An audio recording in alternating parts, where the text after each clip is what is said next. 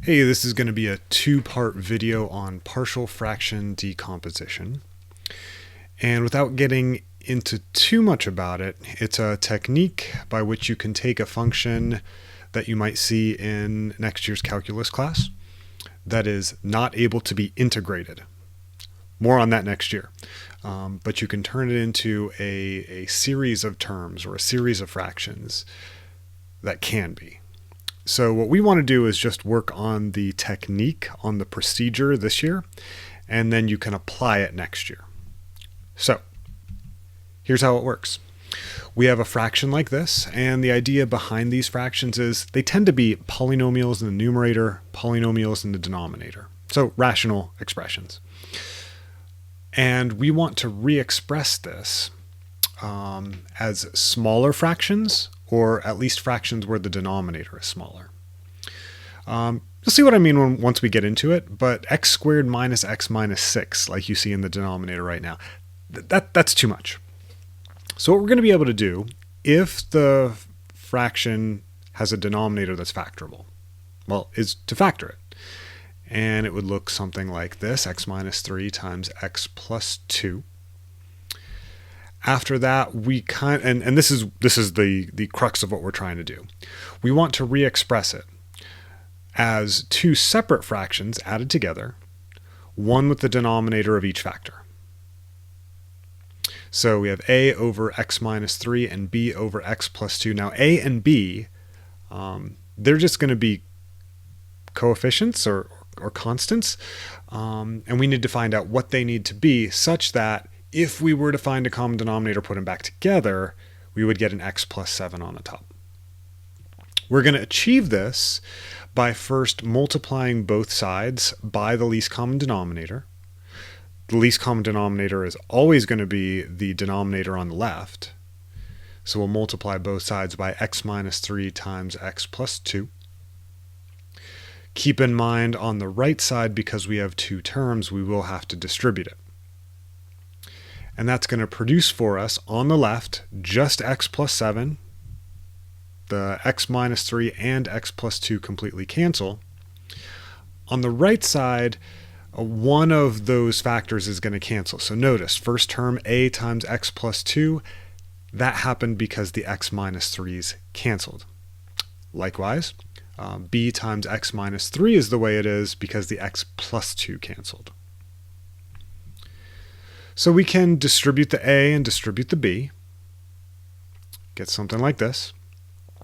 And then our next task is going to be to pair the like terms that we have on the right side. And by like terms, I know we have a's and b's and x's, but focusing in on just the x terms, we can pair up the ax and the bx as our linear coefficients.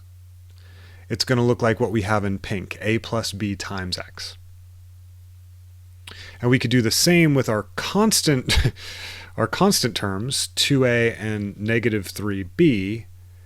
2a minus 3b is going to be, again, our constant term. There's no x's in there. And then we can write a system of equations, one to match the fact that the right side and the left side have to be equivalent. So if on the right side, now I'm looking at the pink stuff here, if on the right side we have a coefficient of 1 on x, then a plus b has to be 1. And for our constants, on the left side our constant is 7, so the constant terms on the right side have to add up to, or their result needs to be 7. So we could say 2a minus 3b is equal to 7. And you can kind of see where this is going now. If we solve that system, we find out what the values of a and b have to be in order to make that equation in step 2 true. So my pink and blue equations here, I'm going to solve those like I would solve any other system. I'm going to choose in my first step to multiply equation 1 by 3. When I add them together, I get 5a equals 10, and dividing by 5 gives me a equals 2. I can then substitute that into either equation.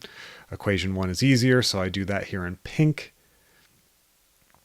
That makes b a negative 1. So we're basically done at this point. We're going to take those two values that we found, A is 2 and B is -1, and put them into the template we wrote out in part 2. Just, again, replacing A and B. I will tend to take a negative value and make it a minus instead of a plus -1 over x plus 2. So I left that in kind of like a bolder yellow color to make it stand out. Not that either one is incorrect, just this kind of looks better to me. So we've achieved our goal. We wanted to decompose this fraction, and we've done so by setting up a template, multiplying by a least common denominator, pairing our like terms to write out a system, solving the system. Okay, one more to get the process down. If we have this fraction and we want to decompose it, step 1, as you see on the side of the screen, is to factor.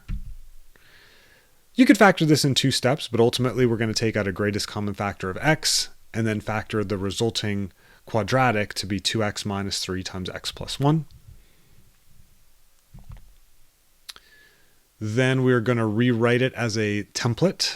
Now this time there are 3 factors in the denominator. So notice I have a over x, b over 2x minus 3, and c over x plus 1. Because there are 3 factors, I need 3 fractions and thus 3 unknowns. And you can kind of guess that we're probably going to have a system of 3 equations. So I do what I said in the last example. I'm going to multiply through by the common denominator of x times 2x minus 3 times x plus 1. On the right side, that green is going to cancel with the denominator entirely. And on the right side, we're only going to cancel select factors. So it's going to look something like this. For reference, when I multiply that first fraction on the right, the a over x, the green x cancels the x in the denominator, and I just have, and that's why I have written, a times 2x minus 3 and x plus 1. So I'll do the same thing with the next 2 fractions, canceling what cancels. And effectively now I have a relatively complicated but a non-fractional equation. I will expand some of the stuff on the right side and distribute through my a, my b, and my c. And then just like we did before, I want to pair up my x squared terms like I have underlined in blue, my x terms like I have in pink, and I actually only have one constant term in yellow. So if we kind of like group those together and sort of factor out the x squared, then I know that the coefficient on x squared needs to come from 2a plus b plus 2c. And that should be equal to 7, like we see on the left side. So with each of those 3 colors, each of the coefficients of x squared, x, and the constant, we can come up with an equation, or a system of equations rather, that looks like this. The blue should be 7 because it's the coefficient on x squared. The pink should be 8 because it's the coefficient on x, and the constant is -9.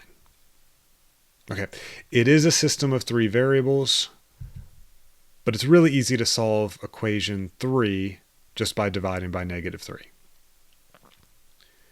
And then we can substitute that in. I'm going to choose to substitute it into equations 1 and 2. That's going to give me a system now with just the variables b and c. I can subtract to come up with 5c is equal to -10, and then dividing by 5 gives me my -2. And then substituting back into equation 1, I can obtain the value of 5 for b. So it really is like a throwback to the earlier algebras, but a major part, and like a lot of the work in this, is going to be distribution, canceling, and solving a system. Once we get those coefficients, once we get the a, the b, the c, and however many parameters we have, then we're just going to rewrite the template in our step 2, replacing a with 3, b with 5, and c with a -2. So, perfect time to hone those skills, to practice those. So there are some practice problems associated with the day 1 lesson. go ahead and complete those. And then when you're satisfied with those, you can come in and watch the day 2 video. That's going to go over the not so basics. What could be a little bit more complicated than just what we've already seen. And I'll double down on this. I don't think it's complicated what we've done. It is a little bit tedious. It is a little bit monotonous in some ways. But we'll save the rest for video 2. I'll see you then.